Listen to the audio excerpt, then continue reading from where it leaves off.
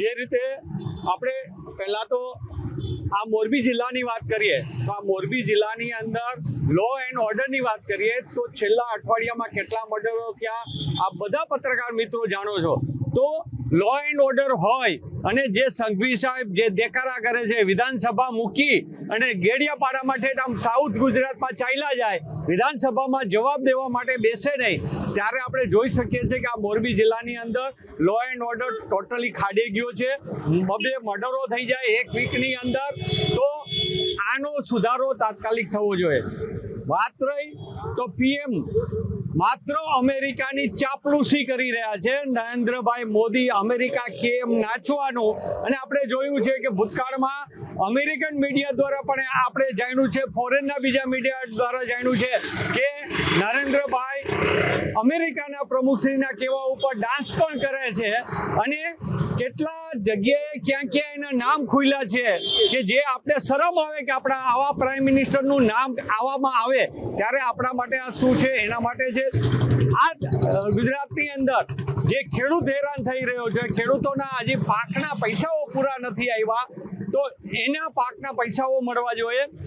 આજે જ્યારે બજેટ સત્ર ચાલી રહ્યું છે ત્યારે જે રીતે ઓબીસી, એસી અને એસટી માટે જે નાણાં ફાળવવા જોઈએ કે એના વિકાસ માટે, એના બદલે કે આ ગુજરાતની ભાજપની સરકાર માત્ર ચણા મમરા સમજીને જે બજેટ ફાળવે છે એનાથી કોઈ વિકાસ ન થાય, ત્યારે આ ગુજરાતના બજેટની અંદર ઓબીસીઓ માટે એટલે કે જે 52% વસ્તી છે એના માટે તમારે એક અલગથી બજેટની અંદર નાણાંની કમસે કમ 30%ની જોગવાઈ કરવી જોઈએ।